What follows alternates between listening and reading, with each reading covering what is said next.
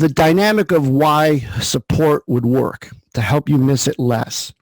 And you can use its verbal journal to help you understand the fear and the qualification process. But also put down, when you have support, when I use support, I call them edge zones, and they're simply where the tempo picks up. So if back in here earlier today or yesterday, whenever, the market got fast to the upside in this circle, it'll put a line across. Now, that's not part of this verbal journal necessarily. I'm just explaining why good support is good. What happens when the market goes fast in a certain area? Who missed? Buyers or sellers? Probably buyers, right? Sellers didn't miss it. They could sell it higher. Buyers missed it. I don't know about you guys, but anytime you miss something, you're anxious and you're dying to buy it if it indeed comes back, gives you another chance. If it comes back and gives you another chance. Well, guess what? So is everybody else. So if a lot of people miss buying it, there's a lot of people that might be trying to buy it the next test or a couple tests to that area.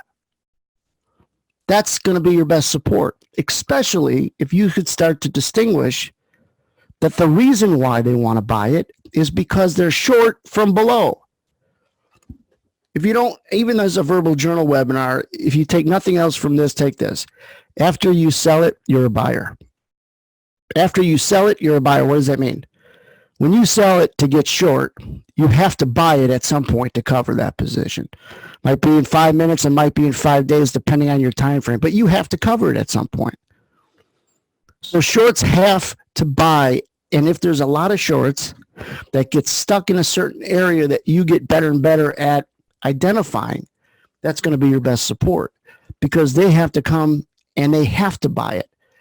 And if indeed, let's erase some of this, if indeed the market at some point in the past moved fast in here, then that whole notion of shorts missing the cover creates a lot of what I call baby birds that are dying to get out at support or right underneath it. They're telling God they'll never make this trade again if you just let me out this time. So that's why support is good when it's good. Let me tell you the baby bird story, even though I don't have pictures. Baby birds are in a nest and they're helpless. So are stuck traders. If you're short and you're bidding to get out, you're begging to get out, you're helpless. Mommy bird's got to come and feed you. That's price. She's close to giving you your fill, and a hawk comes by and rips her head off. No worm, no mommy bird, price goes away. You didn't get filled, you're still stuck short. That's why price goes away, because all these shorts are jumping to eventually buy it. That's one of the key dynamics of why price moves. If you don't know why price moves, you ain't going to know why good support's good and everything else. All right, so think of baby birds when you think about stuck shorts, and that's going to create great support. We're just saying on the support side for example's sake.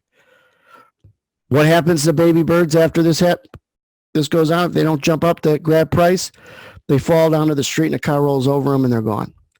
That's someone's account blown up. And this happens over and over and over again. The faster the market, the more people are getting stuck. So I want people to start thinking about how other people think in the market instead of always what you think is going to happen. Document what you think is going to happen based on what your feel and your read is on where trap traders are.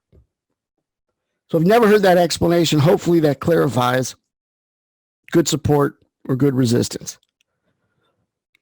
And I didn't plan on bringing that story up, but I think it's important when we talk about support resistance.